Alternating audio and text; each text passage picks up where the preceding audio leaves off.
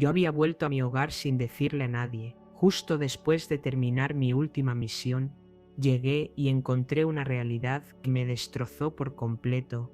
Mi único hijo, Miguel, estaba luchando por su vida, completamente solo, en la fría sala de cuidados intensivos de un hospital. Mientras él sufría, la persona que debía estar a su lado, mi nuera Valeria, se encontraba de fiesta. Estaba con sus amigos, celebrando en un yate lujoso que navegaba por las aguas brillantes del mar de Cortés. La rabia y el dolor me invadieron de una forma que nunca antes había sentido, así que tomé una decisión drástica y rápida. Congelé todas las cuentas bancarias de inmediato. No pasó ni una hora cuando ella, al descubrir que su fuente de dinero se había secado, empezó a enloquecer. Me alegra mucho que hayas decidido acompañarme en esta historia. Te pido que te quedes hasta el final para que conozcas cada detalle y me digas desde qué ciudad estás viendo mi relato. Siento una profunda curiosidad por saber hasta qué rincón del mundo ha llegado mi voz. Aterricé en el Aeropuerto Internacional de La Paz justo en el momento en que el sol comenzaba a despuntar en el horizonte. Sus primeros rayos dorados se filtraban a través de los enormes ventanales de la terminal, creando un espectáculo de luces y sombras. A mis pies, como un viejo y leal compañero de innumerables viajes, descansaba mi maleta militar. Sus esquinas estaban gastadas y rozadas por más de 40 años de servicio, un testimonio silencioso de una vida dedicada al deber. En mi muñeca sentía la suave vibración del reloj de bolsillo que había pertenecido a mi padre. Cada movimiento que hacía provocaba ese pequeño temblor, como si el reloj mismo me estuviera recordando la promesa sagrada que me hice en mi lejana juventud. Sin importar a dónde me llevara la vida, sin importar las misiones o los peligros, siempre volvería a casa. Esa promesa, en este preciso momento, pesaba sobre mis hombros más que nunca.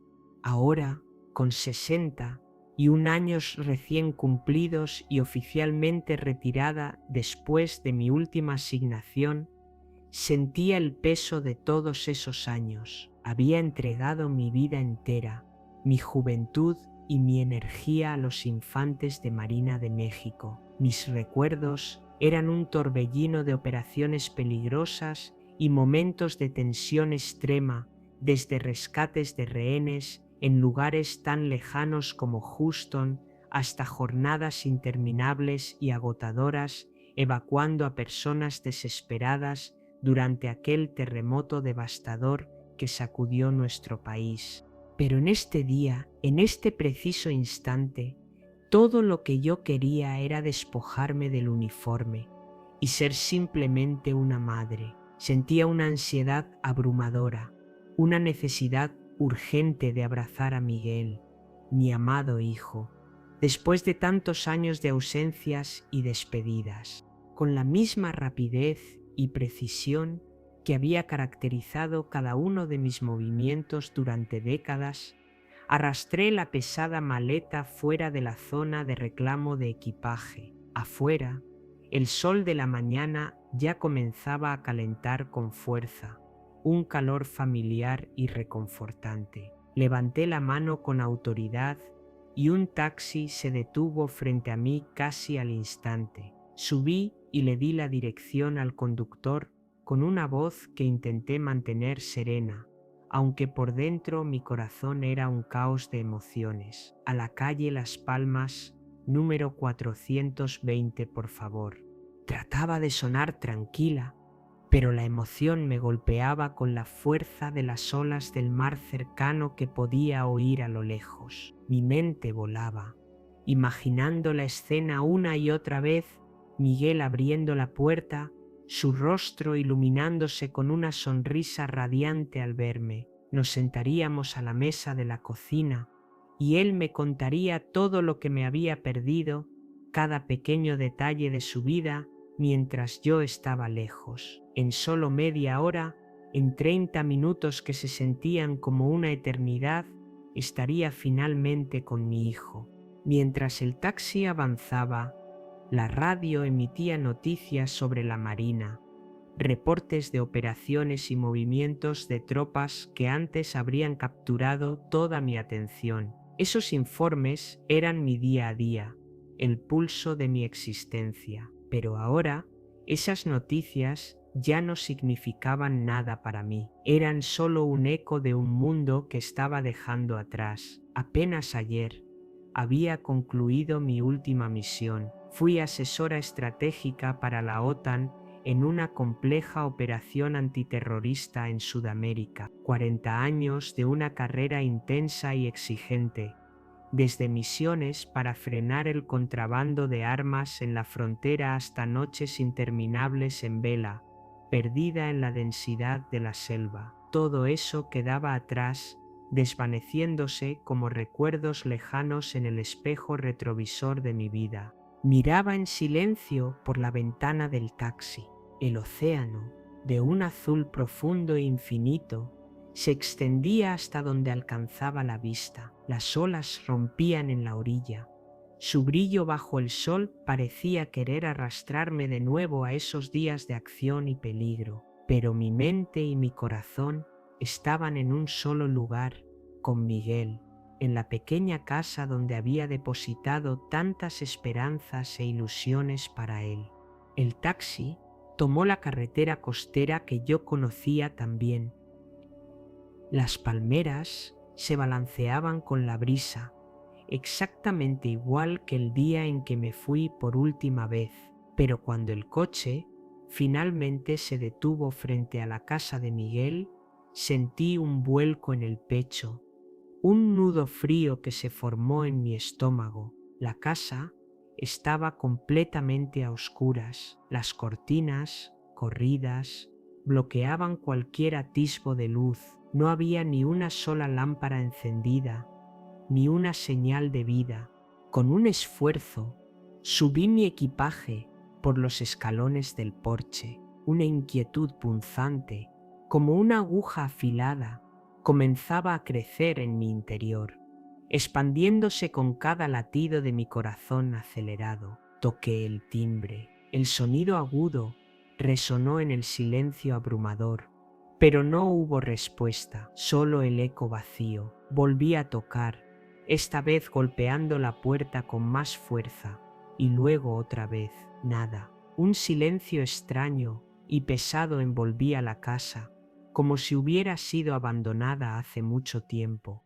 Bajé los escalones y rodeé la casa, caminando por el jardín descuidado. El buzón estaba a reventar. Cartas y volantes publicitarios arrugados se desbordaban y se amontonaban en el camino de entrada, como si nadie se hubiera molestado en recoger el correo o limpiar en semanas, quizás meses. Mi corazón se aceleró aún más, bombeando con fuerza contra mis costillas. Un presentimiento oscuro y pesado me oprimía el pecho, dificultándome la respiración.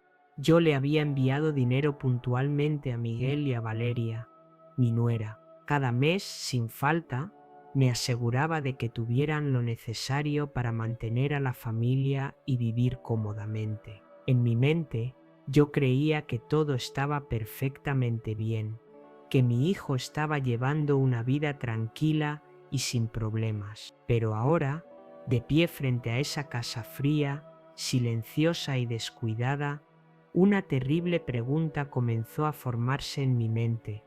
¿Qué estaba pasando realmente aquí? Justo en ese momento, mi mirada se cruzó con la de doña Teresa, la vecina de toda la vida de Miguel. Estaba al otro lado de la calle, regando sus coloridas flores con una dedicación admirable. Ella había vivido en ese barrio desde que yo era una joven, siempre amable, siempre con una sonrisa y una historia que contar sobre los niños que correteaban por las aceras. Grité su nombre con la voz entrecortada. Doña Teresa. Ella levantó la cabeza de sus plantas y sus ojos se abrieron de par en par llenos de una sorpresa genuina. Valentina. Dios mío, hija, has vuelto. Pero su rostro cambió rápidamente de la sorpresa a la preocupación. Se acercó al borde de su jardín y me dijo con urgencia: ¿pero es que no te has enterado de nada? Me apresuré a cruzar la calle. Mis piernas temblaban tanto que sentía que apenas me sostenían al escuchar el tono de su voz. ¿De qué? ¿De qué tengo que enterarme? ¿Dónde está Miguel?, le pregunté, luchando para que mi voz no se quebrara en un sollozo. Doña Teresa dejó la regadera en el suelo con un movimiento lento y deliberado. Su mirada estaba llena de una compasión tan profunda que me dolió. Miguel lleva 2 semanas ingresado en el Hospital San Rafael. La ambulancia vino a buscarlo en plena madrugada. Yo lo vi todo. Vi claramente el logo del hospital en el vehículo. Hizo una pausa, como si buscara las palabras adecuadas, y luego continuó en un tono más bajo, casi un susurro. Y Valeria, bueno, mi hijo me contó que vio una publicación suya en las redes sociales. Está de fiesta, Valentina, en un yate por el mar de Cortés. Me quedé completamente paralizada. Sentí como si el mundo entero se hubiera detenido y luego se hubiera derrumbado bajo mis pies, dejándome caer en un abismo de incredulidad y horror. Miguel, mi hijo, en el hospital. 2 semanas enteras, y yo sin saber nada. Y Valeria, mi nuera, la mujer a la que le confié el cuidado de mi hijo, de fiesta en un yate. Sentí que la sangre se helaba en mis venas, y mi corazón comenzó a latir con punzadas agudas y dolorosas. ¿Usted sabe dónde queda el Hospital San Rafael?, le pregunté con una voz ronca, una voz que apenas reconocí como mía. Doña Teresa asintió con tristeza y me dio las indicaciones para llegar. Sin pensarlo 2 veces, sin siquiera despedirme, salí corriendo a la calle y levanté la mano con desesperación para detener otro taxi al Hospital San Rafael. Y por favor, lo más rápido que pueda, le dije al conductor, mi voz sonando casi como una orden militar. En mi mente, decenas de preguntas se agolpaban, chocando unas con otras. ¿Qué le había pasado a mi hijo para que necesitaran llevárselo de urgencia en una ambulancia? Y mi nuera, ¿cómo era posible que estuviera celebrando una fiesta de lujo mientras mi hijo yacía enfermo en una cama de hospital? Sentada en el asiento trasero del taxi, sentía que el corazón me ardía en el pecho, una mezcla de miedo, rabia y culpa. Apreté con todas mis fuerzas el reloj de bolsillo de mi padre, tanto que los nudillos de mi mano se pusieron completamente blancos. Miguel, mi pequeño Miguel, el niño que corría detrás de mí en la playa, con su risa resonando en el aire, el que me abrazaba con todas sus fuerzas cada vez que yo volvía de mis largos y agotadores viajes de trabajo. Ahora estaba en un hospital, solo, y yo, su madre, la mujer que había dedicado su vida entera a proteger a su país, ni siquiera sabía que mi propio hijo me necesitaba. La culpa me consumía. Me culpaba por los meses y los años que pasé lejos, enviando solo dinero, creyendo ingenuamente que eso era suficiente para que él tuviera una buena vida. Pero ahora me daba cuenta de mi terrible error.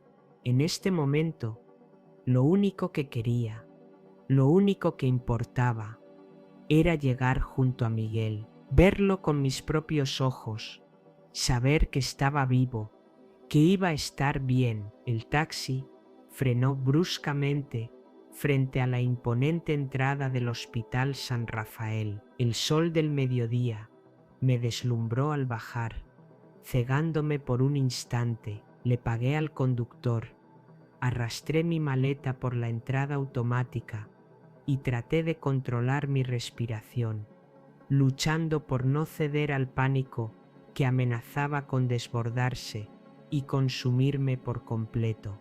El vestíbulo del hospital estaba abarrotado, un caos de voces, pasos apresurados y el altavoz llamando a pacientes y doctores. Una sinfonía caótica y angustiante. Fui directamente al mostrador de recepción, donde una joven enfermera, con el rostro cansado, revisaba una pila de expedientes. Busco a Miguel Pérez, le dije con la voz seca, como si cada palabra me costara un esfuerzo sobrehumano. La enfermera levantó la vista, me observó por un instante y luego hojeó rápidamente unos papeles en su escritorio. Está en cuidados intensivos. 5º piso, habitación 512, respondió con un tono mecánico y distante, como si estuviera dando un aviso más en su larga y rutinaria jornada. No tuve tiempo ni de darle las gracias. Me lancé hacia los ascensores como un proyectil. Por favor, sostenga la puerta. Le grité a un hombre que estaba a punto de entrar al ver que las puertas comenzaban a cerrarse. El hombre, de mediana edad y aspecto amable, extendió la mano para detenerlas y esperó pacientemente a que yo entrara en la estrecha cabina. El olor penetrante a desinfectante me golpeó con fuerza y tuve que contener las ganas de vomitar. Cuando las puertas se abrieron en el 5º piso, un pasillo largo, frío y silencioso, se extendía ante mí. Era la unidad de cuidados intensivos. El único sonido que rompía el silencio era el pitido constante y monótono de los equipos médicos. Caminé rápido, casi corriendo. Mis viejas botas militares resonaban con un golpeteo seco y rítmico sobre el piso de baldosas blancas. La puerta de la habitación 512 estaba ligeramente entreabierta. Una luz blanca y fría se filtraba desde el interior, haciéndome dudar por un segundo. Temía lo que iba a encontrar. Con el corazón en un puño, la empujé despacio, como si temiera romper algo frágil e invisible, y ahí estaba Miguel, tumbado en la cama blanca, rodeado de un enjambre de tubos y máquinas que parecían tener vida propia. Sus ojos estaban cerrados, su rostro estaba pálido y tan demacrado que casi no lo reconocí. El respirador, ajustado a su boca, hacía un siseo suave con cada respiración, una respiración tan débil que yo contenía la mía para poder escucharla. Sentí que el corazón se me oprimía hasta casi detenerse. Ese no era mi Miguel, no era el niño lleno de vida que corría detrás de mí en la playa, no era el hombre fuerte que me abrazaba cada vez que yo volvía a casa. Era solo una sombra, una versión frágil y destrozada de mi hijo. En una esquina de la habitación, un médico con una placa que decía Dr. Julián revisaba los indicadores en una pantalla. Su mirada era concentrada, pero fría, distante. Se giró hacia mí y me preguntó sin rodeos: ¿Es usted familia del paciente? Asentí con la cabeza. Mi voz se había quedado atrapada en mi garganta. Soy su madre, Valentina. Él asintió levemente, sin apartar la vista de los monitores, y señaló a Miguel con un gesto. Tiene cáncer de estómago en fase terminal. La situación es extremadamente grave. Si se hubiera tratado antes, hace unos meses, quizá el resultado habría sido diferente. Su voz era plana, sin emoción, como si estuviera hablando de un caso clínico cualquiera, pero cada una de sus palabras fue como un cuchillo afilado clavándose en mi pecho. Cáncer, fase terminal. Repetí las palabras en un susurro tembloroso, sin poder creer lo que estaba escuchando. Apenas una hora antes yo me había imaginado abrazándolo, escuchando su risa, poniéndonos al día. Pensé que lo vería sano, sonriente, no así, atrapado entre máquinas sin vida, luchando por cada aliento. ¿Cómo pasó esto? ¿Por qué nadie me avisó? Le pregunté. Mi voz era casi una súplica desesperada. El doctor Julián negó lentamente con la cabeza, y por un instante vi un destello de compasión en sus ojos. Nadie ha venido a verlo desde que ingresó. Intentamos contactar a la familia en repetidas ocasiones, pero no fue posible. Nadie vino a verlo. Esa frase me golpeó con la fuerza de un puñetazo directo al pecho. Valeria, mi nuera, la persona en quien confié ciegamente para cuidar de Miguel. ¿Dónde estaba? Las palabras de doña Teresa volvieron a mi mente como un eco torturador. La publicación en las redes sociales, el yate, las fiestas, la rabia me quemó por dentro, una llama furiosa, pero fue rápidamente ahogada por una ola de dolor inmenso.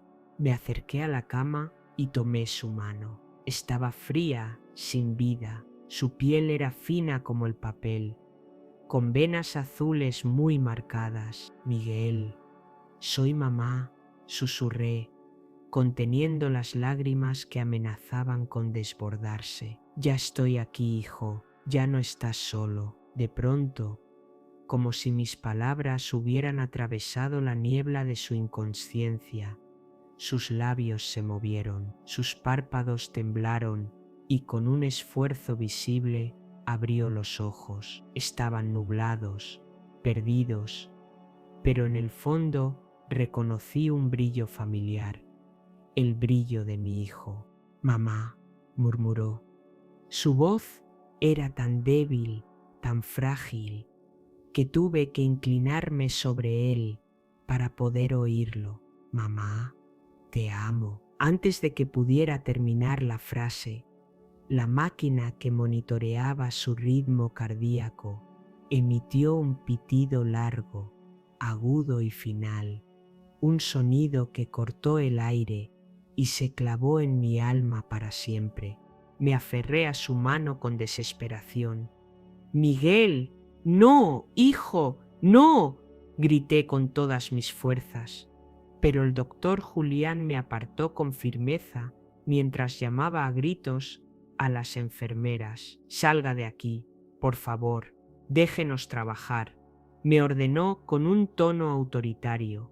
Me sacaron a la fuerza al pasillo. Miré a través de la pequeña ventana de la puerta mientras las enfermeras corrían de un lado a otro. El sonido de las máquinas se mezclaba con voces urgentes. Todo era un caos borroso y ensordecedor. Me cubrí el rostro con las manos, llorando sin control, con sollozos que me desgarraban el pecho. «Por favor, Dios, no te lo lleves», repetía una y otra vez, como si mis palabras pudieran retenerlo en este mundo. Pero unos minutos después, que parecieron una eternidad, el doctor Julián salió de la habitación, se quitó los guantes con un movimiento lento y cansado y negó con la cabeza. «Lo siento mucho», dijo con una voz grave y solemne. «Hicimos todo lo que pudimos». Sentí que me vaciaba por dentro, como si me hubieran arrancado el alma. Mis piernas cedieron y salí tambaleándome de la UCI, sin atreverme a mirar hacia la habitación, sin querer ver la sábana blanca que seguramente ya cubría su rostro. Miguel se había ido, justo cuando yo acababa de volver. No alcancé a decirle cuánto lo amaba, ni cuánto lamentaba haberlo dejado solo todos esos años. Me quedé de pie en el pasillo, bajo una luz fría y blanca, sintiendo un vacío inmenso y aterrador, como si el mundo entero se hubiera derrumbado a mi alrededor. Saqué mi teléfono con las manos temblando violentamente y marqué el número de Valeria. Del otro lado de la línea se escuchaba música a todo volumen, risas estridentes y muchas voces, como si estuviera en medio de una fiesta animada. «¿Qué pasa?», respondió Valeria con un tono seco y molesto. sin el más mínimo interés en su voz. Respiré hondo, tratando de mantener la voz firme, de no romperme. Miguel murió. Hubo unos segundos de un silencio que me pareció eterno y luego contestó con una frialdad que me heló la sangre, como si estuviera hablando del clima. Ah, sí. Bueno, ahora estoy ocupada. Hablamos después. Y la llamada se cortó. Me quedé inmóvil, sosteniendo el teléfono en mi oreja, escuchando el silencio. El teléfono se resbaló de mi mano y cayó al suelo con un ruido sordo. Valeria no había preguntado nada, no mostró ni una pizca de tristeza. Estaba de fiesta mientras mi hijo acababa de dar su último suspiro. Me di la vuelta y caminé lentamente hacia la salida del hospital. Afuera, el sol seguía brillando con la misma intensidad, pero yo solo sentía un frío glacial, un frío que me calaba hasta los huesos. Había perdido a Miguel, y en ese instante supe que también había perdido la fe en la única persona que, aparte de mi hijo, alguna vez había llamado familia. Valeria, la mujer en la que confié, la que creí que cuidaría de mi hijo, nos había traicionado de la forma más cruel e imaginable. Crucé las puertas del Hospital San Rafael sintiendo el impacto de la luz del mediodía en mi rostro, pero por dentro solo había un vacío helado y oscuro. Mis piernas se sentían increíblemente pesadas, como si estuvieran hechas de plomo, y cada paso era un esfuerzo titánico para no derrumbarme allí mismo, en la acera. No tengo un recuerdo claro de cuánto tiempo caminé sin rumbo.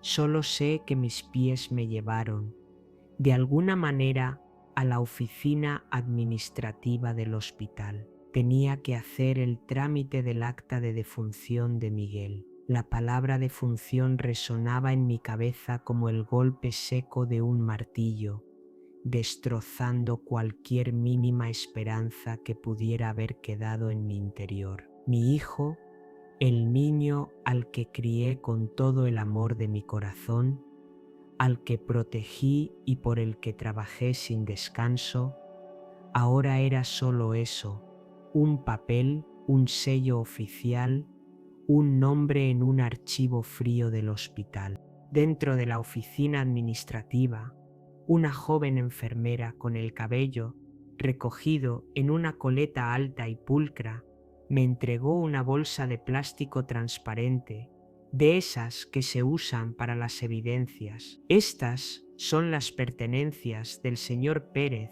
dijo con una voz suave pero apresurada, la voz de alguien acostumbrado a la rutina de la muerte en un día de trabajo. Tomé la bolsa con las manos temblorosas. A través del plástico vi los objetos que conformaban el pequeño universo de mi hijo. Su reloj, la cartera de cuero gastada que le regalé para su 20º cumpleaños y su teléfono móvil con la pantalla llena de pequeñas grietas. Abrí la cartera con desesperación, buscando algo suyo, una huella de la vida que había vivido, pero estaba prácticamente vacía. Solo encontré sus documentos de identidad y una vieja fotografía con las esquinas arrugadas y dobladas por el tiempo. En la imagen, Miguel y yo estábamos en la playa. Él era apenas un niño, con una sonrisa radiante que iluminaba todo su rostro y un papalote rojo en la mano que se elevaba hacia el cielo. Apreté esa foto contra mi pecho con todas mis fuerzas, como si al soltarla, los recuerdos de mi hijo pudieran desvanecerse para siempre.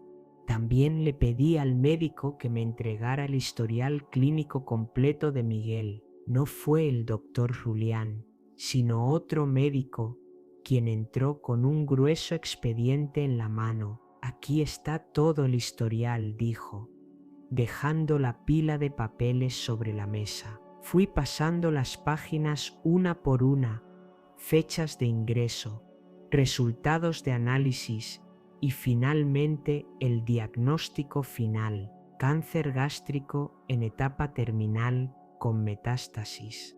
Me detuve en esa línea. Mi vista se nubló por las lágrimas. El médico a mi lado bajó la voz, como si quisiera suavizar el golpe. Si lo hubieran traído unos meses antes, con un tratamiento adecuado, quizá habría vivido 1 o 2 años más, pero cuando ingresó, su estado ya era demasiado grave.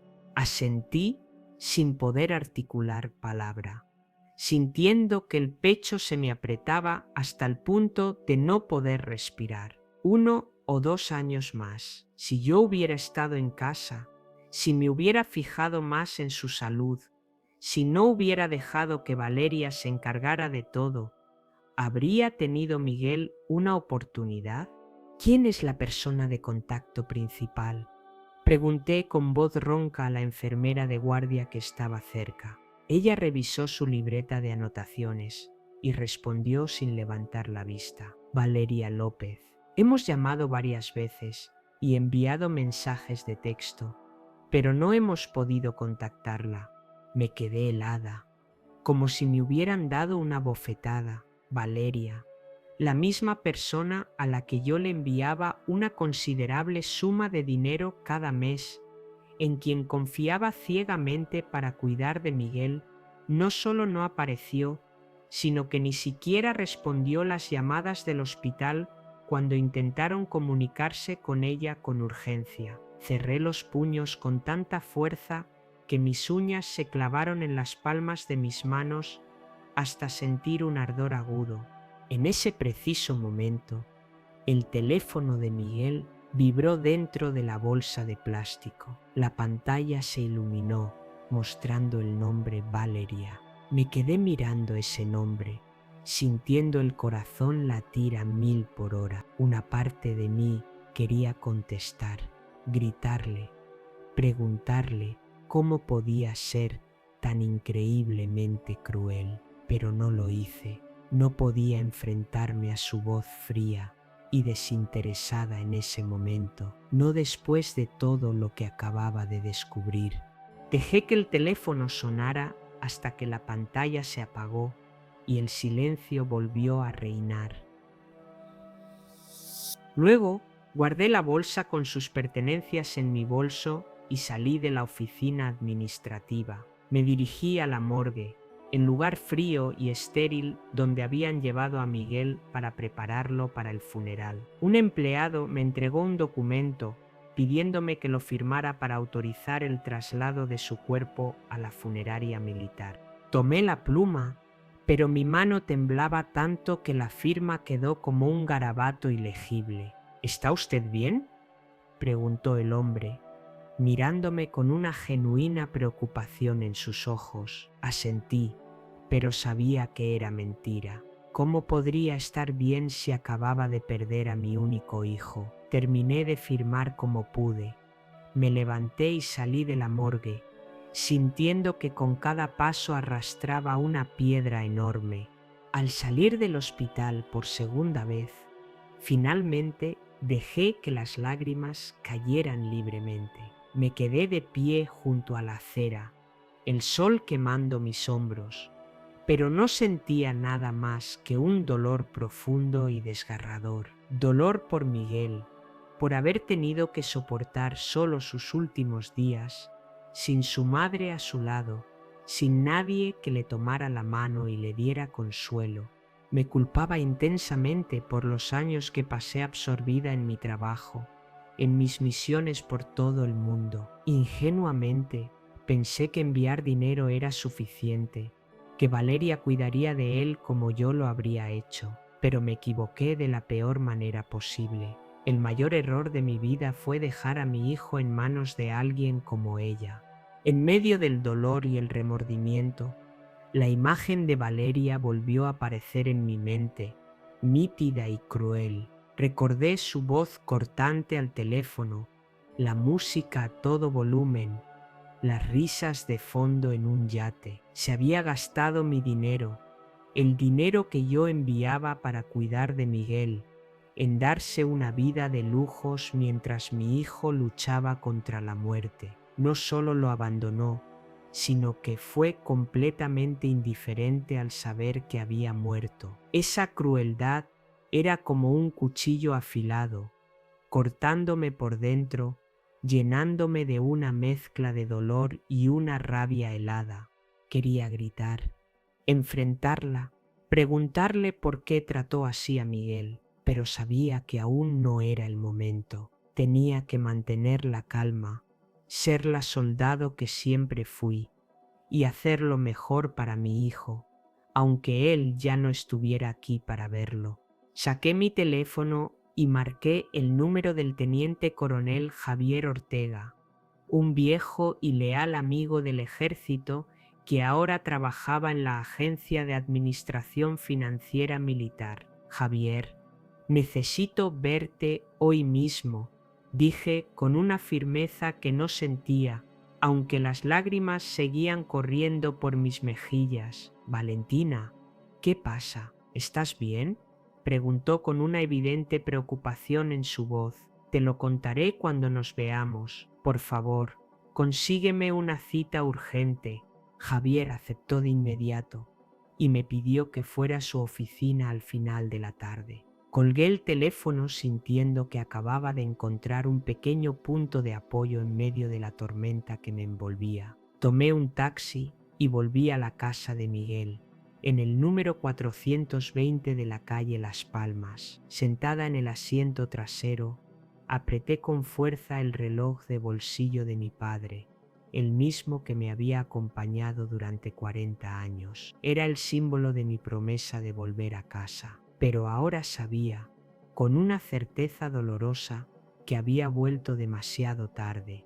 De pie frente a la puerta de la casa de Miguel, sentí cómo el manojo de llaves tintineaba suavemente en mi mano mientras buscaba la correcta. Mis dedos encontraron una pequeña llave helada, la que había guardado durante todos estos años como un hilo invisible que me mantenía unida a mi hijo. Abrí la puerta y un olor a humedad y encierro me golpeó de frente, como si la casa hubiera sido olvidada por mucho tiempo. Encendí el interruptor y la luz amarillenta y débil iluminó una sala completamente desordenada. Copas de vino con restos secos estaban tiradas sobre la mesa de centro. Una gruesa capa de polvo cubría cada superficie de madera, y cajas vacías de comida rápida se amontonaban en un rincón del suelo. Me quedé inmóvil, mirando a mi alrededor, con el corazón encogido. Este había sido el hogar de Miguel, el lugar donde yo creía que mi hijo vivía feliz y cuidado junto a Valeria. Pero ahora no era más que un reflejo del caos, igual que mi corazón en ese momento. Arrastré la maleta, la dejé junto al viejo sofá y caminé hacia el escritorio de Miguel en una esquina de la sala. Un sobre marrón estaba tirado entre un desorden de papeles. Lo abrí y sentí como el corazón me latía con una fuerza violenta al revisar una por una las facturas que contenía. Una decía claramente: renta de yate, Mar de Cortés, 150,000 pesos, pagado con la tarjeta de crédito a nombre de Miguel Pérez. La fecha era de la semana pasada, justo cuando Miguel estaba agonizando en la UCI.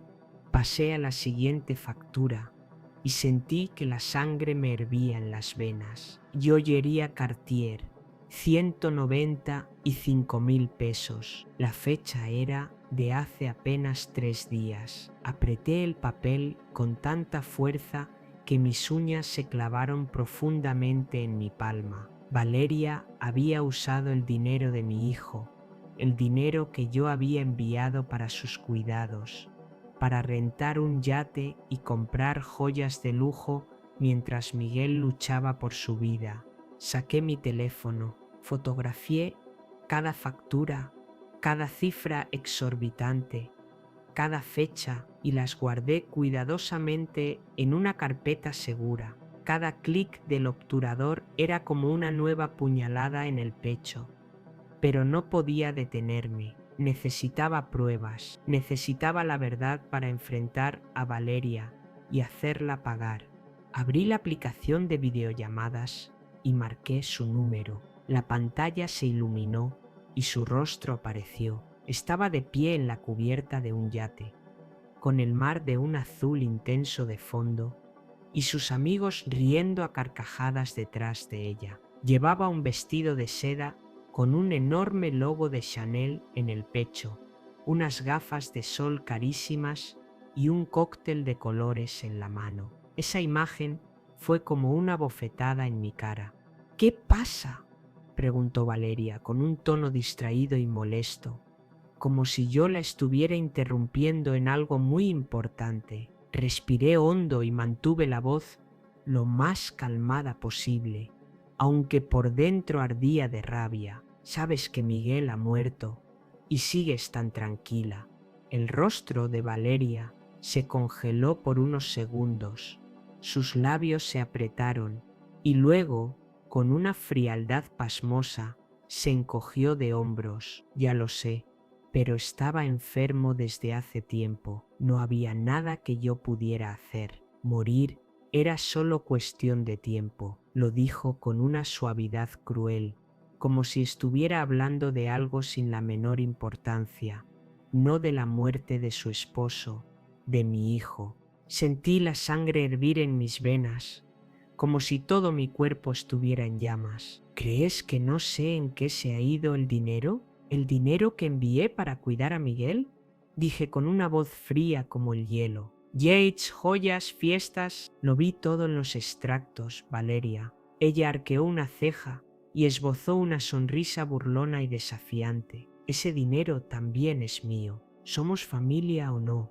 Esa frase fue la estocada final. ¿Familia? ¿Se atrevía a llamar familia a esto después de haber dejado que Miguel muriera solo y abandonado en un hospital? La miré fijamente a través de la pantalla y dije con una voz de acero: «Esta es la última fiesta que pagas con mi dinero». Colgué el teléfono sin darle a Valeria la oportunidad de decir una palabra más. Me temblaban las manos, pero no era de miedo, sino por la rabia pura que me quemaba por dentro. No podía dejar que ella se saliera con la suya. No podía permitir que su crueldad quedara impune.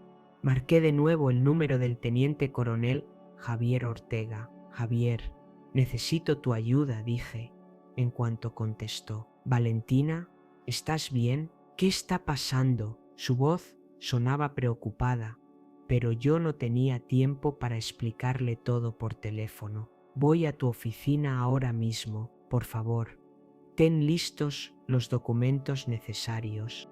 Una hora después, ya estaba sentada en la modesta oficina de Javier. Era una habitación pequeña con olor a madera vieja y a café recién hecho. Puse sobre su mesa el fajo de facturas junto con el poder financiero que Miguel me había firmado antes de mi última misión. «Valeria gastó el dinero de Miguel, el dinero que yo envié para cuidar a mi hijo, en todas estas cosas», dije, empujando los documentos hacia Javier. Él los revisó hoja por hoja, frunciendo el ceño con cada nuevo descubrimiento. «¿Qué quieres que haga?», preguntó, mirándome fijamente. «Congela la cuenta de Miguel ahora mismo. Anula todas las tarjetas de crédito vinculadas y transfiere el saldo restante a mi cuenta personal». Javier asintió sin hacer más preguntas. Él me conocía bien, sabía cómo actuaba yo cuando las cosas llegaban demasiado lejos. En apenas 20 minutos terminó todos los trámites necesarios. «Listo», dijo, entregándome un comprobante. «La cuenta está bloqueada, las tarjetas de crédito anuladas y el saldo transferido a tu nombre». Asentí, sintiendo que me quitaba un pequeño peso de encima, aunque el dolor seguía ahí, afilado y constante. Al salir de su oficina, mi teléfono empezó a vibrar sin parar. Era Valeria, llamando una y otra vez. No contesté, pero los mensajes de texto y de voz empezaron a llegar en una avalancha. Primero, su voz llena de ira: «¿Qué demonios hiciste con la cuenta? ¿Crees que tienes derecho a arruinarme la vida? Luego su tono cambió, volviéndose suplicante. Valentina, por favor, podemos hablar. No quise hacer daño, solo necesitaba el dinero para salir adelante. Por favor, reabre la cuenta. Lo siento. Escuché cada mensaje, cada palabra, pero no sentí ni una pizca de compasión. Valeria no pidió perdón por haber abandonado a Miguel. Ni siquiera mencionó el nombre de mi hijo. Solo pensaba en sí misma y en su dinero. Apreté en mi mano el reloj de bolsillo de mi padre. El metal helado me recordaba que debía mantenerme firme. Salí a la calle. El sol de la paz seguía igual de brillante, pero dentro de mí se desataba una tormenta. Regresé a la casa de Miguel, decidida a encontrar más pruebas, cualquier cosa que pudiera desenmascarar por completo a Valeria. En mi mente seguía viendo a Miguel en la cama del hospital, su mano fría entre las mías, y escuchando su voz débil diciéndome: «Mamá, te quiero». No podía permitir que su muerte fuera en vano. Valeria tendría que pagar, no solo por el dinero, sino por la crueldad que le robó a mi hijo sus últimos días. Él pudo haber vivido un poco más, yo pude haberlo abrazado de nuevo, escucharlo hablarme con una voz más fuerte, no tener que recibir su cuerpo sin vida el mismo día que salí del servicio, cuando mi corazón todavía estaba lleno de la esperanza de un reencuentro feliz. Empujé la puerta y entré en la casa de Miguel, que ahora se sentía como una cáscara fría y vacía de lo que alguna vez fue un hogar. Puse la bolsa de plástico con las pertenencias de mi hijo sobre la mesa del comedor. La luz tenue de la tarde iluminaba su reloj de pulsera y su vieja billetera de cuero, recordándome la cruel e innegable realidad. Miguel ya no estaba.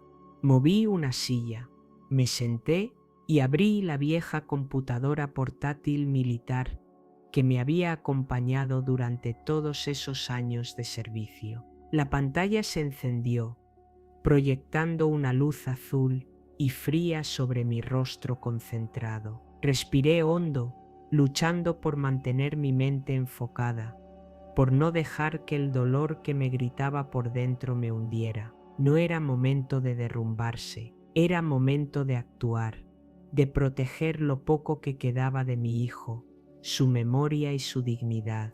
Ingresé a la cuenta bancaria militar usando la autorización financiera de emergencia que Miguel me había firmado antes de que yo partiera a mi última misión. En la pantalla apareció la confirmación de la orden de congelar la cuenta, enviada por Javier Ortega. Revisé cada detalle meticulosamente, asegurándome de que no hubiera ningún resquicio, ningún hueco por donde Valeria pudiera intentar tocar el dinero de Miguel. Activé también las alertas de seguridad.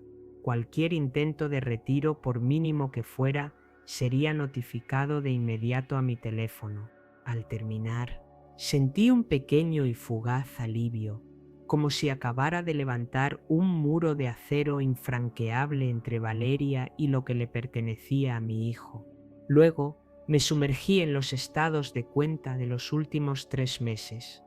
Los números aparecían en la pantalla, fríos y claros, como una acusación silenciosa pero contundente. Una larga serie de gastos lujosos, 80,000 pesos por una fiesta en un yate en el Mar de Cortés, 45,000 pesos por una cena en un restaurante de lujo en Los Cabos, 120,000 pesos en una tienda de moda exclusiva en La Paz. Fui pasando cada transacción y cada nueva cifra era como una puñalada directa al corazón. Ese dinero representaba mi sudor y mis lágrimas, los meses que pasé arriesgando mi vida en el campo de batalla, pensando que estaba pagando por el bienestar y la comodidad de Miguel, pero en realidad solo estaba alimentando la vanidad y los caprichos de Valeria, mientras mi hijo se consumía en un hospital, solo, sin nadie que lo cuidara. Tomé capturas de pantalla de cada transacción. Las guardé con cuidado en un disco duro externo y en una pequeña memoria USB que siempre llevo conmigo. Cada clic del ratón era una afirmación de mi propósito. No voy a dejar que Valeria se salga con la suya. Haré que pague por cada peso que gastó, por cada día que dejó solo a Miguel. Justo cuando guardaba el último archivo, mi teléfono vibró. En la pantalla aparecía el número de un banco comercial. Una voz femenina, muy educada, me dijo: «Señora Valentina, hemos recibido una solicitud para retirar dinero de un préstamo a nombre conjunto de la señora Valeria López y el señor Miguel Pérez. ¿Usted autoriza esta operación?» Apreté el teléfono con fuerza y respondí con una voz firme y cortante: «No, no autorizo, por favor». Bloqueen ese expediente de crédito de inmediato. La empleada del banco dudó por un instante y luego confirmó: «De acuerdo, señora, lo haremos de inmediato». ¿Desea dejar alguna instrucción adicional? No hace falta, respondí y colgué.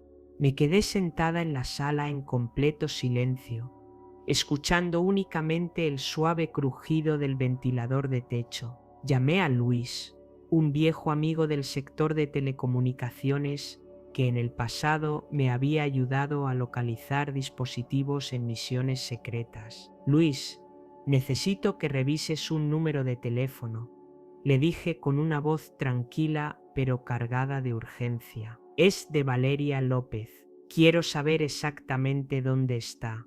Luis aceptó sin pensarlo, y apenas 10 minutos después me devolvió la llamada. «La señal de su teléfono está en alta mar, en el mar de Cortés, probablemente en un barco. ¿Necesitas las coordenadas exactas?» Asentí, aunque él no pudiera verme. «Mándamelas. Gracias».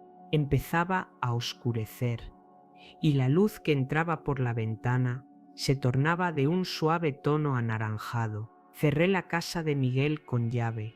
Tomé las llaves de su vieja camioneta, esa de la que yo solía bromear diciendo que era demasiado vieja para un chico tan joven. Conduje hasta el supermercado más cercano y compré botellas de agua, comida enlatada y 3 candados nuevos, los más resistentes que encontré.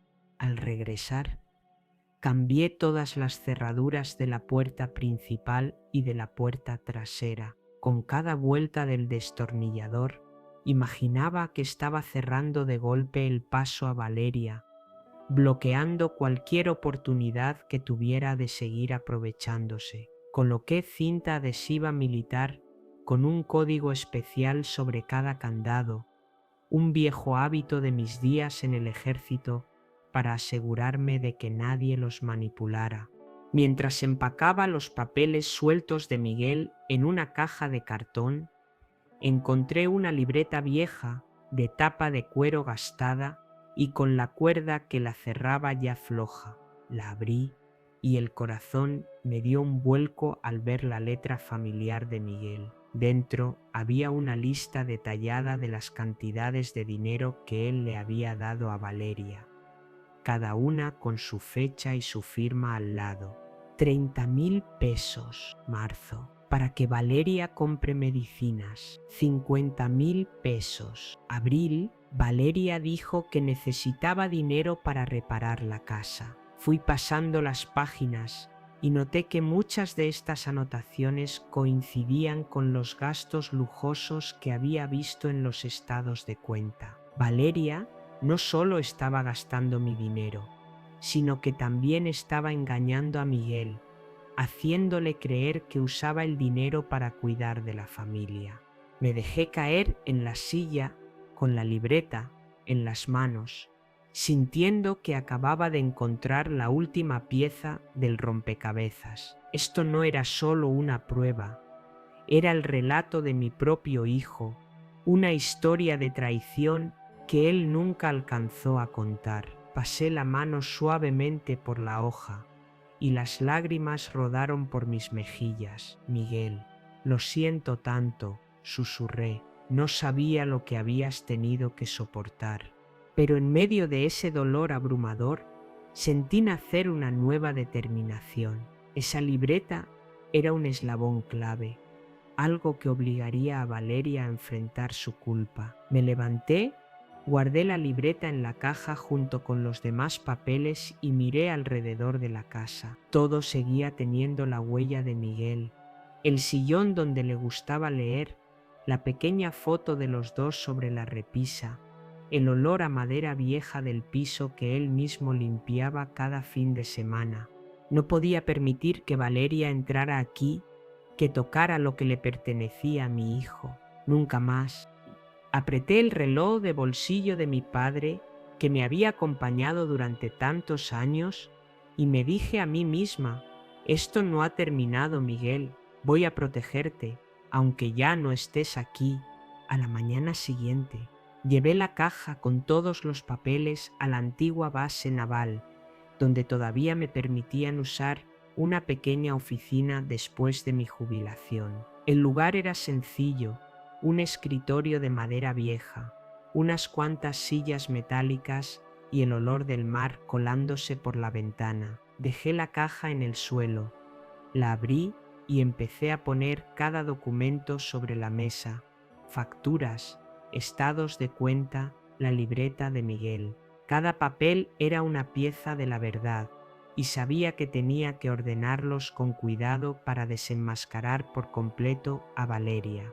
Me senté, respiré hondo y contuve el dolor que subía por mi pecho. Hoy no era un día para llorar. Hoy necesitaba la precisión de una teniente coronel de la Infantería de Marina, no el corazón roto de una madre. Comencé a comparar cada gasto, cada línea de la libreta de Miguel con los movimientos en los estados de cuenta. Poco a poco, apareció un patrón claro y cruel, como una sentencia escrita.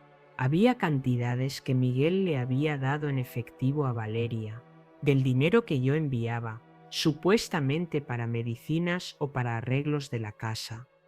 Pero al mismo tiempo, Valeria retiraba montos similares de la cuenta de mi hijo para otros fines. Una vez, Miguel escribió 50.000 pesos, Mayo, para que Valeria pague gastos de hospital, pero el estado de cuenta mostraba que ese mismo día se habían retirado 50.000 pesos para pagar un tratamiento en un spa de lujo en Los Cabos. Apreté el bolígrafo en mi mano, con las uñas clavadas en la palma hasta sentir ardor. Valeria no solo tomó mi dinero, también engañó a Miguel, haciéndole creer que cuidaba de la familia, mientras solo alimentaba su vida de lujos.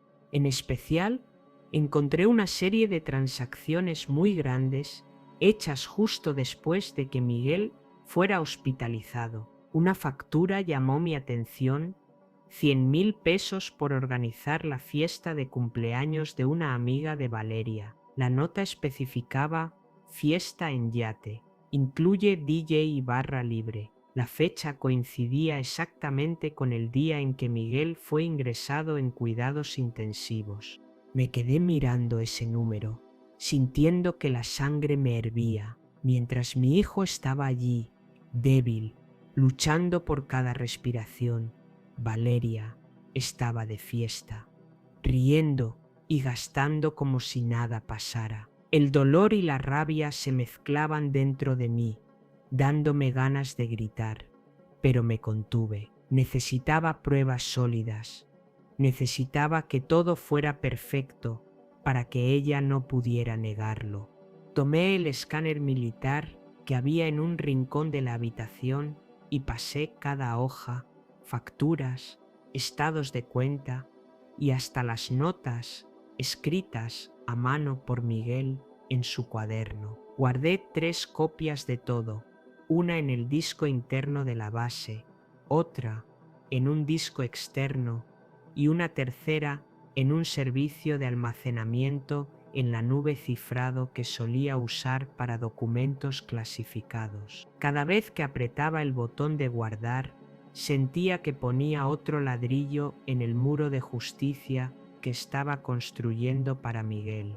Cuando terminé, me volví hacia el teléfono de mi hijo, que todavía estaba en la bolsa de plástico del hospital. La carpeta de mensajes de texto estaba borrada, pero no me rendí. Abrí otras aplicaciones de mensajería y, por suerte, logré recuperar algunas conversaciones en un grupo de chat.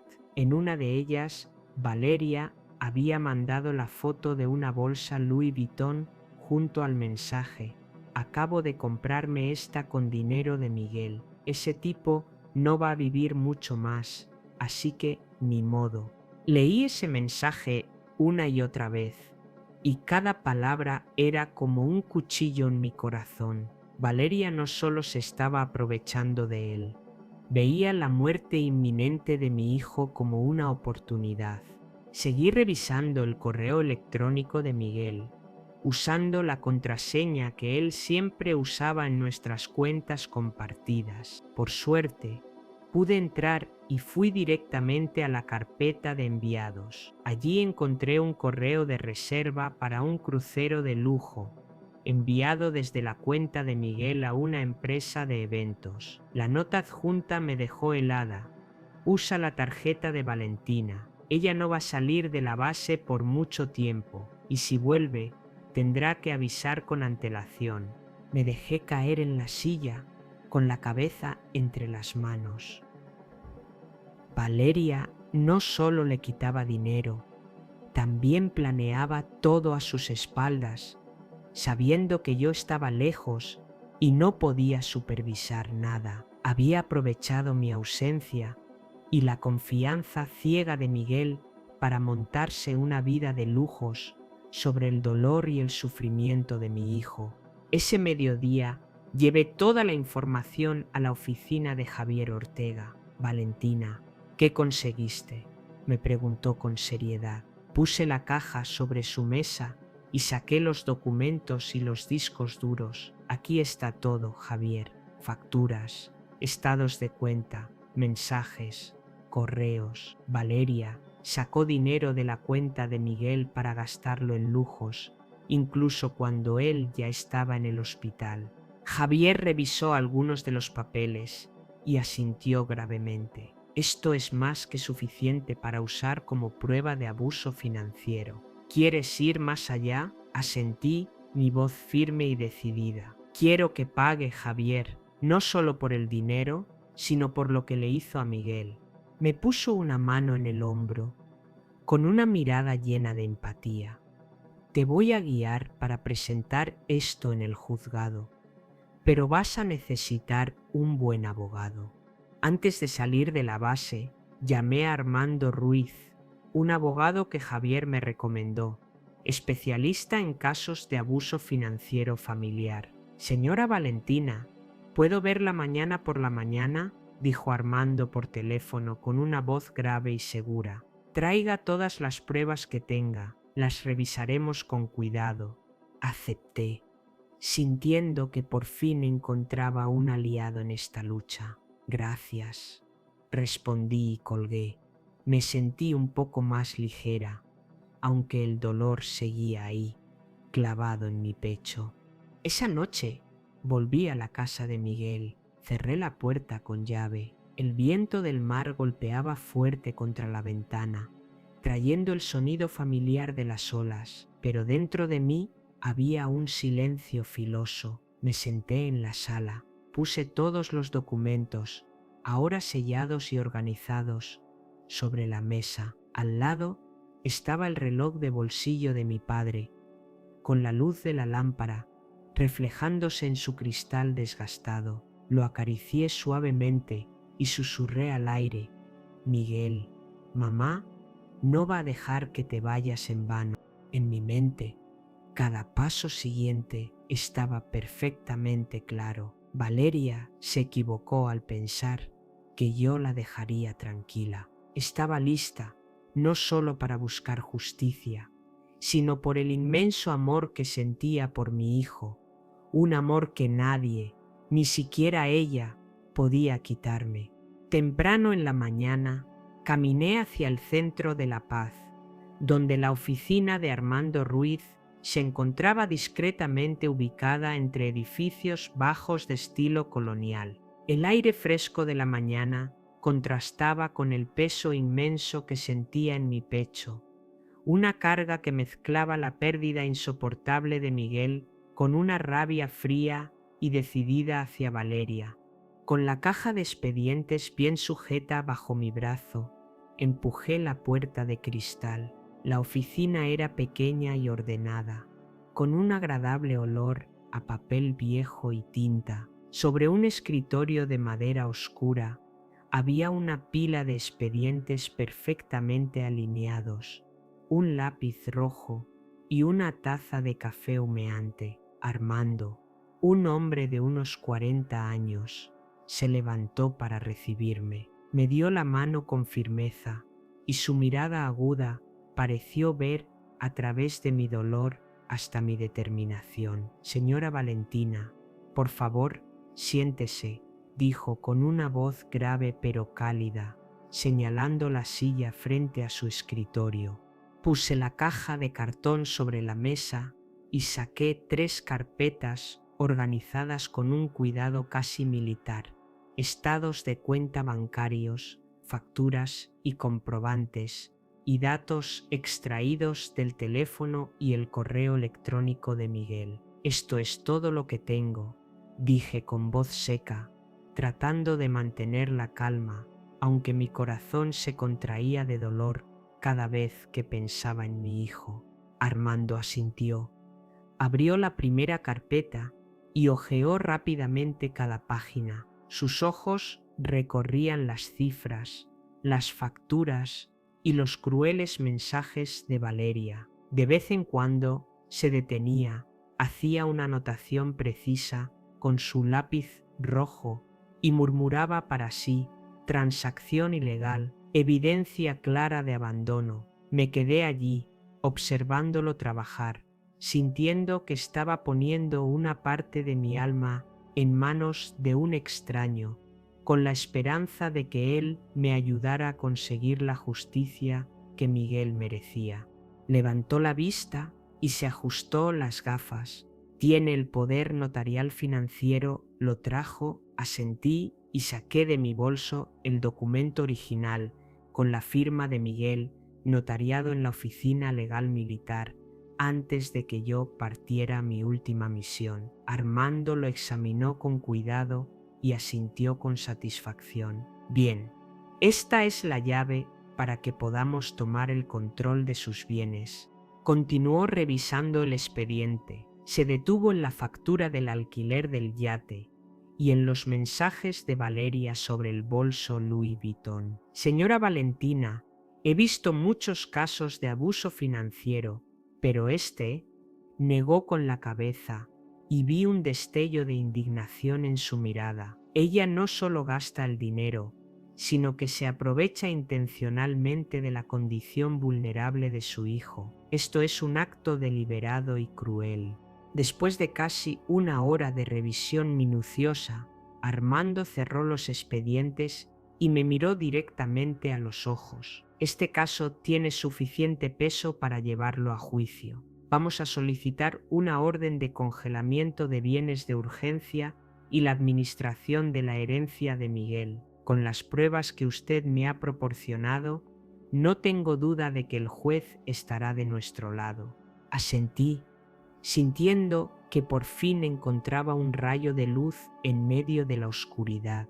Ella está en un yate en el mar de Cortés, añadí en voz baja pero firme. Tengo la ubicación exacta gracias a un amigo. Armando sonrió con frialdad. Su mirada era afilada. Ella no se imagina la rapidez con la que vamos a actuar. Valeria cree que puede esconderse en el mar para siempre, pero la ley no espera. Al salir de la oficina, sentí un pequeño alivio, aunque el dolor seguía aferrado a mí. Pasé por el Palacio de Justicia, donde el aire estaba cargado con el olor a papel y el ruido constante de las impresoras. Presenté la solicitud para que el tribunal emitiera la orden de congelamiento de bienes y entregué el juego de copias que Armando había revisado. Una empleada judicial, una mujer de mediana edad con una mirada cansada, recibió los documentos y confirmó la audiencia. Será en las próximas 72 horas. Le avisaremos. Asentí, le di las gracias y salí. El sol de la paz golpeaba fuerte, pero yo solo sentía un frío interno. Todo lo que hacía era por Miguel, pero cada paso me recordaba que él ya no estaba aquí. Por la tarde fui a la funeraria militar para completar los trámites del sepelio de Miguel. El uniforme que mandé hacer para él ya estaba listo. Era un uniforme militar de un azul oscuro e impecable, igual al que yo usaba cuando era joven. El encargado de la funeraria, un viejo veterano, puso su mano sobre mi hombro. Será enterrado con todos los honores, teniente coronel Valentina, dijo con una voz grave y llena de respeto. Asentí sin poder hablar, mirando el uniforme perfectamente doblado sobre la mesa, con la pequeña medalla brillando bajo la luz. Imaginé a Miguel vistiendo esa ropa, pero la imagen solo hizo que el corazón me doliera más. Mi hijo debería estar vivo, sonriendo a mi lado, no preparándose para su último viaje. Cuando regresé a la casa de Miguel, ya estaba anocheciendo. Abrí la puerta. Entré y vi un sobre blanco que había sido deslizado por debajo de la puerta, tirado en el suelo. Lo recogí, lo abrí y encontré un papel escrito a mano con la letra de Valeria. Valentina, podemos arreglar esto entre nosotras. Necesito dinero para pagar unas deudas. Por favor, no lleves las cosas tan lejos. Lo leí de nuevo y cada palabra era como una bofetada. No pedía perdón, no mencionaba a Miguel, no había ni una sola palabra de dolor o arrepentimiento. Todo era sobre dinero, como si la muerte de mi hijo fuera solo un pequeño obstáculo en su vida de lujos. Doblé la carta, la puse en el expediente de pruebas y no respondí. Valeria no merecía ni una palabra mía. La mañana del juicio me paré frente al espejo en la casa de Miguel, vistiendo el uniforme de gala azul marino que no había tocado en años. Las medallas en mi pecho brillaban bajo la luz, cada una contando una historia de mis días sirviendo al país. Pero hoy no lo llevaba para recibir gloria, lo llevaba para enfrentar a Valeria, para reclamar justicia por mi hijo. Me acomodé el cabello, apreté en mi mano el reloj de bolsillo de mi padre y salí. El viento del mar soplaba, trayendo el olor salado de la paz, pero por dentro solo sentía una determinación fría como el acero. La sala del tribunal era amplia. La luz blanca de los focos de neón caía sobre todo, haciéndolo ver nítido y frío. El olor a madera vieja y húmeda de las bancas llenaba el lugar. Entré con el expediente apretado contra mi pecho, con Armando Ruiz a mi lado, su mirada aguda pero serena. Al otro lado, Valeria ya estaba sentada. Llevaba un vestido Gucci ajustado, el cabello rizado con esmero y en la mano sostenía el iPhone más nuevo. Su maquillaje era cargado, con un delineado de ojos afilado, pero yo podía ver la falsedad en la forma en que bajaba la cabeza, intentando aparentar cansancio y tristeza. Todos en la sala sabían que estaba actuando, pero ella insistía en su papel de víctima. El juez, un hombre de mediana edad con un rostro serio, sentado en lo alto, pidió a ambas partes que expusieran sus argumentos. Armando se levantó, colocó el grueso expediente sobre la mesa, cada sección organizada como una acusación perfecta. Su señoría, tenemos pruebas claras del abuso financiero y del abandono de las responsabilidades familiares por parte de la señora Valeria López hacia su esposo, el señor Miguel Pérez, comenzó con voz firme. Empezó a mostrar en la pantalla grande los estados de cuenta con los gastos de lujo, yates, restaurantes exclusivos, joyas costosas. Luego, las facturas duplicadas que probaban que Valeria retiraba dinero de la cuenta de Miguel, incluso cuando él ya le había dado efectivo. Finalmente, proyectó las fotos de las redes sociales. Valeria sonriendo en un yate, levantando una copa de cóctel, mientras Miguel estaba en la UCI, a solo unas pocas millas de distancia. Me quedé sentada, viendo cada imagen, cada una, como un cuchillo en mi corazón. Recordé la voz débil de Miguel, diciendo «Mamá, te quiero», y luego el pitido largo y final del monitor de ritmo cardíaco. Valeria no solo se llevó el dinero, también se llevó los últimos días de vida de mi hijo, días que él pudo haber vivido si hubiera recibido la atención adecuada. Cerré el puño, mis uñas clavándose en mi palma, conteniéndome para no llorar en medio de la sala. El abogado de Valeria, un hombre joven con un traje brillante, se levantó para responder. Su señoría, estos gastos son un derecho legal de la señora López como esposa del señor Pérez.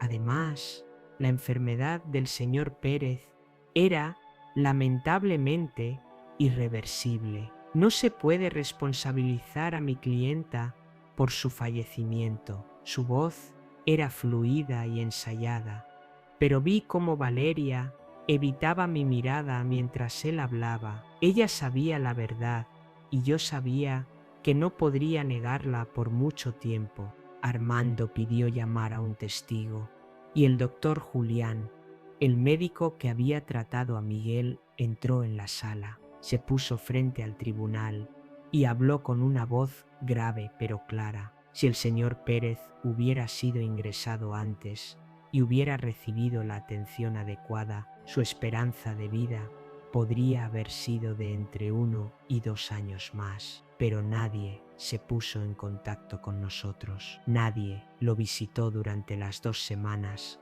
que estuvo en la UCI.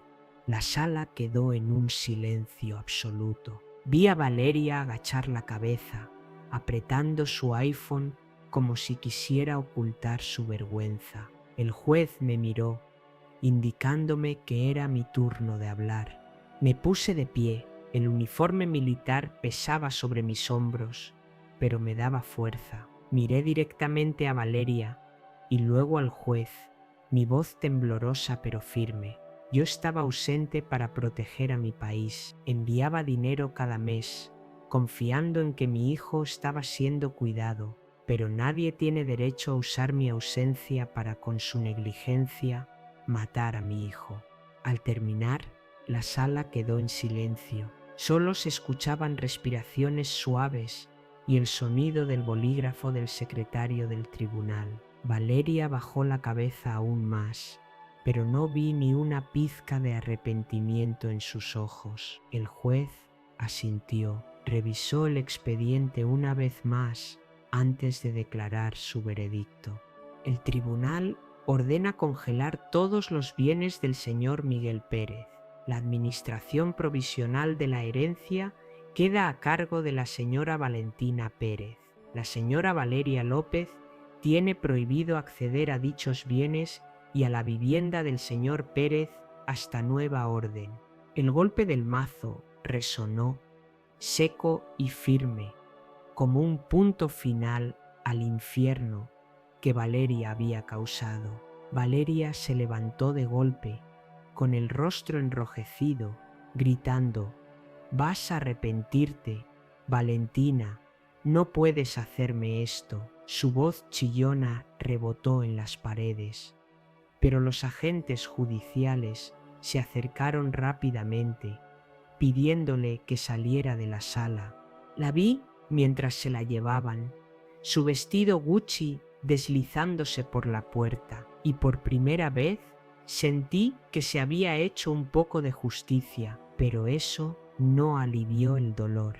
Miguel no volvería, y la crueldad de Valeria seguiría siendo una cicatriz que nunca sanaría en mi corazón. Recogí los documentos, los guardé con cuidado en mi maletín y salí de la sala. El sol del mediodía en La Paz brillaba fuerte, reflejándose en mi uniforme y haciendo destellar mis medallas, pero no sentía orgullo ni triunfo, solo sentía un alivio silencioso, como si todo lo que había hecho me hubiera permitido cumplir la promesa que le hice a Miguel, aunque él ya no estuviera aquí para verlo.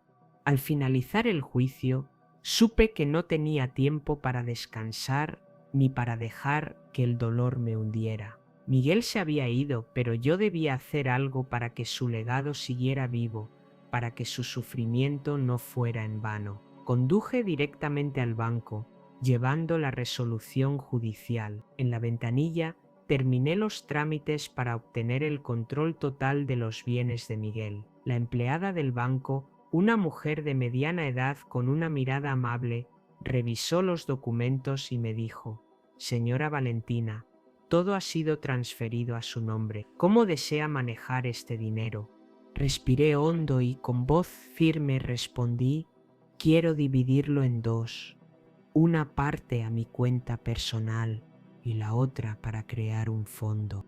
Llamé al Fondo Miguel, una entidad sin fines de lucro que registré en la Secretaría de Desarrollo Social de México esa misma semana. La idea me vino cuando estaba en la morgue, mirando el traje de Miguel listo para el funeral. Quería que el nombre de mi hijo se convirtiera en un símbolo de esperanza y vida para quienes luchan contra la misma enfermedad que Miguel no pudo superar.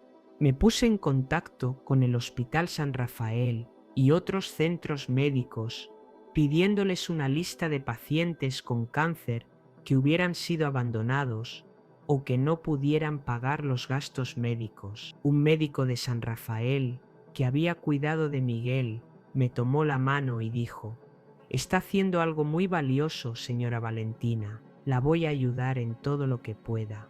Solo en la primera semana, el Fondo Miguel cubrió el costo de los medicamentos para 12 pacientes. También firmé un contrato a largo plazo con una clínica móvil para llevar servicios médicos a zonas alejadas de México, donde personas como Miguel a menudo quedaban olvidadas. Una mañana conduje hasta el Hospital Provincial de Sonora, a unas horas de La Paz, para revisar la lista de pacientes que el fondo estaba apoyando. El aire en el hospital era sofocante, con el olor a desinfectante y el sonido familiar de las máquinas que me apretaron el corazón, recordándome los últimos días de Miguel. Al entrar al área de oncología, vi a un niño sentado, encogido en la cama, abrazando fuerte un peluche gastado. Con sus grandes ojos miraba por la ventana. Parecía tener unos 8 años. Estaba delgado, con la piel pálida por la quimioterapia. El médico me lo presentó. «Este es Diego. Perdió a sus padres en un accidente de tránsito. Tiene leucemia y vive solo en esta habitación». Me acerqué, me senté junto a su cama y le sonreí suavemente. «Hola Diego, soy Valentina. ¿Qué estás haciendo?». El niño levantó la mirada y con una voz bajita dijo: «No quiero morir, solo quiero tener una familia». Las palabras de Diego fueron como un cuchillo directo a mi corazón. Sus ojos, claros pero llenos de una tristeza infinita, eran iguales a los de Miguel cuando era pequeño, cuando me abrazaba y me preguntaba cuándo volvería a casa. Le tomé la mano, tan pequeña y fría, y le dije: «No estás solo, Diego, yo estoy aquí». El médico comentó que Diego tenía buenas posibilidades de recuperarse si recibía tratamiento continuo y cuidados adecuados. Sin dudarlo, decidí usar el Fondo Miguel para cubrir todos sus gastos médicos y contratar a una enfermera particular para que lo cuidara bien. Unas semanas después, volví al hospital de Sonora llevando una bolsa de naranjas frescas y un libro infantil que pensé que le gustaría. Diego estaba mejor, aunque había perdido casi todo el cabello por la quimioterapia. Sus ojos brillaban y por primera vez lo vi sonreír, una sonrisa inocente que me calentó el alma. Me senté a su lado y le conté sobre los días en que remaba por el mar de Cortés, sobre las olas grandes y los atardeceres encendidos. Diego escuchaba atento, acariciando su peluche. Señora Valentina, ¿alguna vez tuvo miedo en el mar?, preguntó con curiosidad. Sonreí y le acaricié la cabeza. Claro que sí, pero aprendí que por grandes que sean las olas, si agarras fuerte el remo, siempre llegarás al otro lado. Cada vez que lo visitaba, le llevaba su comida favorita, flan casero, jugo de mango o galletas con chocolate. Me sentaba a su lado, lo ayudaba a comer cucharada por cucharada, limpiándole la boca cuando se ensuciaba. Esos momentos me hacían sentir como si estuviera cuidando a Miguel otra vez, como si la vida me estuviera devolviendo lo que no pude darle. Diego empezó a abrirse más, contándome su sueño de ser astronauta y viajar a Marte. Quiero ver todo el mundo desde arriba, decía, con los ojos encendidos de ilusión. Yo asentía, conteniendo las lágrimas, y solo sonreía. Lo vas a lograr, Diego. Yo creo en ti. Una tarde, cuando me preparaba para salir del hospital, Diego me tomó la mano con una mirada dudosa. Señora Valentina, ¿puede ser mi abuela? La pregunta del niño me dejó paralizada, como si el mundo entero se detuviera en ese instante. Miré a los ojos claros de Diego, vi el reflejo de Miguel y sentí que mi corazón sanaba un poco. Me acerqué, lo abracé fuerte y las lágrimas rodaron por mis mejillas. Claro que sí, Diego, seré tu abuela. El niño me abrazó con todas sus fuerzas. El peluche quedó aplastado entre nosotros y pude sentir el calorcito que emanaba de su frágil cuerpo. Ese mismo día comencé los trámites para su adopción legal. Me puse en contacto con el Departamento de Asuntos Sociales. Preparé todos los documentos y organicé una pequeña habitación en la casa de Miguel para Diego. Pinté las paredes de azul marino, el color que Diego dijo que le gustaba porque se parece al cielo. Compré una cama individual, una mesita y puse su peluche sobre la almohada. Cada paso de la preparación era una promesa que me hacía a mí misma. No dejaría que Diego estuviera solo, como yo, sin querer, dejé a Miguel. El fondo Miguel no solo era el legado de mi hijo, ahora también era el puente que me llevaba a Diego, un niño que trajo luz a mis días más oscuros. 6 meses después del juicio, recibí una llamada del médico del hospital de Sonora. Señora Valentina, tengo buenas noticias, dijo con entusiasmo. Diego ha respondido excelentemente al tratamiento. Los últimos análisis muestran que ya no hay células cancerígenas. Me quedé inmóvil en la cocina, sujetando el teléfono con fuerza mientras las lágrimas corrían por mis mejillas. Diego, el niño que conocí en una fría habitación de hospital, ahora tenía una oportunidad de vivir. Gracias, doctor, susurré con la voz quebrada. Voy para allá de inmediato. Me apresuré a preparar todo y llevé conmigo una pequeña bolsa de regalo, un gorro de lana azul que yo misma había tejido para Diego, esperando que le gustara. El día que Diego salió del hospital, conduje la vieja camioneta de Miguel hasta Sonora. El niño estaba en la entrada, delgado pero con los ojos brillantes, abrazando su peluche desgastado. Al verme, corrió hacia mí con una sonrisa radiante como el sol. «Abuela», gritó, lanzándose a mis brazos. Lo abracé fuerte, sintiendo el calor de su pequeño cuerpo, y en ese momento vi la sombra de Miguel. Vamos, nieto, le dije, acariciándole la cabeza. Vámonos a casa. Subimos a la camioneta.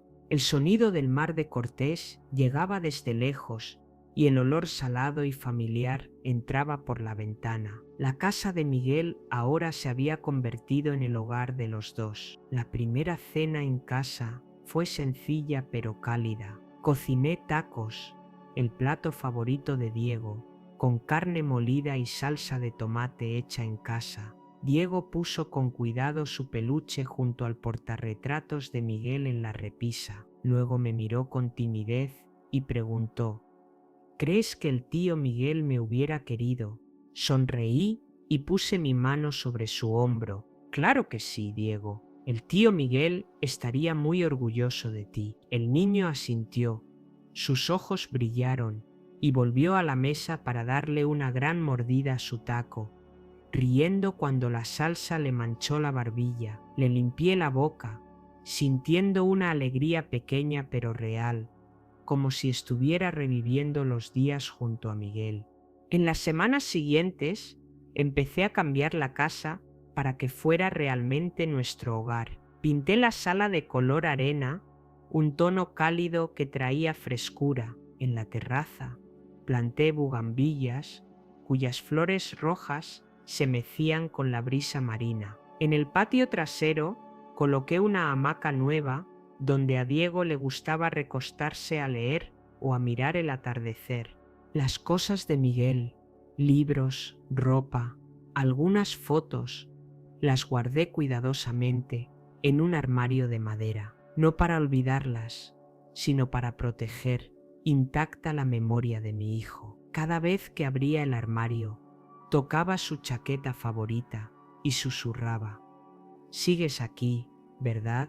Continué dirigiendo el Fondo Miguel, ampliando nuestras actividades a las zonas montañosas de Oaxaca y Chiapas. El fondo ha ayudado a decenas de pacientes con cáncer a recibir tratamiento temprano, personas que sin esa ayuda podrían haber tenido el mismo destino que Miguel. Diego suele sentarse a mi lado en la mesa, haciendo la tarea o dibujando. Un día me dibujó con mi uniforme militar, de pie junto a él, con el mar de Cortés de un azul intenso detrás. «Esta es usted y yo, abuela», dijo, entregándome el dibujo con los ojos brillando de orgullo. Lo abracé, sintiendo que mi corazón sanaba poco a poco en momentos así. Una vez al mes llevo a Diego a participar en el grupo de voluntarios del Fondo Miguel, llevando medicinas y comida a comunidades lejanas. Diego se integró rápido, corriendo con otros niños y repartiendo regalos con una sonrisa radiante. «Abuela Valentina, ¿puedo llevar más dulces la próxima vez?», me preguntó con un paquete de galletas en la mano. «Claro, pero tienes que pedirle permiso a la abuela primero», respondí, guiñándole un ojo al verlo reír y jugar. Sentí que una parte de Miguel volvía a la vida, como si mi hijo nos estuviera mirando y sonriendo desde algún lugar. Empecé a unirme al club de kayak para personas mayores en el puerto de La Paz. Cada mañana temprano remaba sobre las pequeñas olas, sintiendo el agua fresca tocar mis manos, recordando los días de entrenamiento en el mar. Pero ahora remaba por gusto, por la paz que pensé que nunca volvería a encontrar. A veces, Diego se sentaba en la orilla, agitándome la mano y gritando: «Rema más rápido, abuela, un pez te está siguiendo». Yo reía a carcajadas, sintiendo mi corazón más liviano cada día. Todas las tardes, Diego y yo íbamos al pequeño huerto detrás de la casa. Él sembraba tomates y yo cultivaba hierbas aromáticas. La primera temporada cosechamos una canasta llena y esa noche Diego me ayudó a cocinar pasta con salsa de tomate fresco. «Está más rico que los tacos, abuela», exclamó con la boca llena. Sonreí acariciándole la cabeza, sintiendo una felicidad sencilla que nunca pensé que volvería a experimentar. De vez en cuando, el abogado Armando llamaba para avisarme que Valeria seguía intentando demandar o reclamar bienes. Acaba de presentar otra solicitud, pero el juez la rechazó, decía Armando con voz tranquila. No se preocupe, todo está bajo control. Yo asentía al teléfono sin responder a ninguno de los mensajes de Valeria. Ella ya no era parte de mi vida. Una mañana, Diego llegó corriendo desde la escuela con un diploma de mejor alumno en la mano y una sonrisa radiante. Abuela Valentina, saqué la nota más alta de la clase, me dijo, saltando por el jardín. Yo estaba sentada en mi silla de madera de siempre, sosteniendo el reloj de bolsillo de mi padre, con la luz reflejándose en su cristal gastado. Muy bien, Diego, le dije, abrazándolo, al verlo correr y reír, con su risa inocente mezclándose con el sonido de las olas, supe que Miguel seguía aquí, en cada latido de esta nueva vida que estaba protegiendo.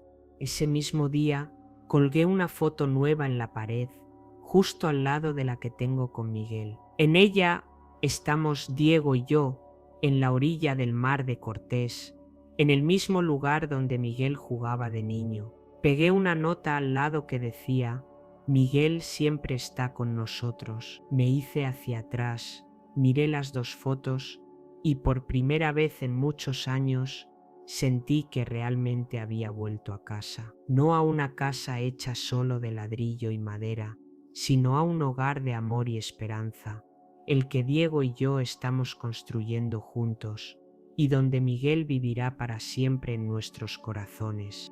La historia que hemos contado es ficticia, pero está basada en algunos hechos reales. Los nombres y lugares han sido cambiados para proteger la identidad de quienes estuvieron involucrados. No contamos esto para juzgar, sino con la esperanza de que alguien escuche y se detenga a pensar en cuántas madres podrían estar sufriendo en silencio dentro de su propia casa. Siento verdadera curiosidad. Si fueras tú en mi lugar, ¿qué harías? ¿Elegirías callar para mantener la paz? ¿O te atreverías a enfrentarlo todo para recuperar tu voz? Quiero saber lo que piensas, porque cada historia es una vela que puede iluminar el camino de alguien más. Dios siempre bendice, y yo creo firmemente que el valor nos lleva a días mejores. Mientras tanto, en la pantalla final te dejo dos de las historias más queridas de nuestro espacio Conflictos de Señoras. Te aseguro que te sorprenderán. Gracias por haberte quedado hasta aquí.